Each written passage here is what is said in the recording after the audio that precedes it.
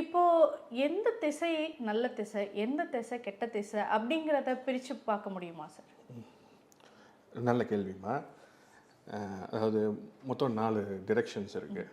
அந்த திசைன்னு நம்ம தமிழில் சொல்கிறோம். கிழக்கு, மேற்கு, வடக்கு, தெற்கு. ஓகே.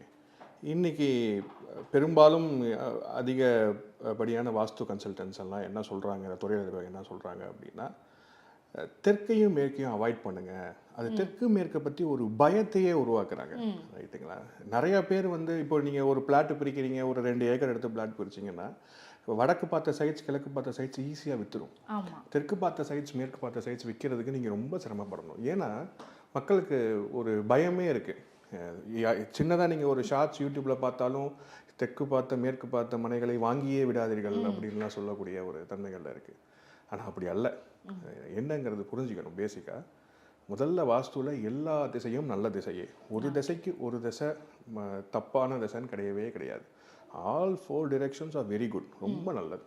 ஆனால் இந்த பயம் எதனால் வந்துச்சு அப்படிங்கிறது, இந்த தெற்கு மேற்கு சம்மந்தப்பட்ட விஷயங்கள் நம்ம மனம் வாங்கும் பொழுது என்ன இஷ்யூ வரும் அப்படிங்கிறத நம்ம புரிஞ்சுக்கணும்.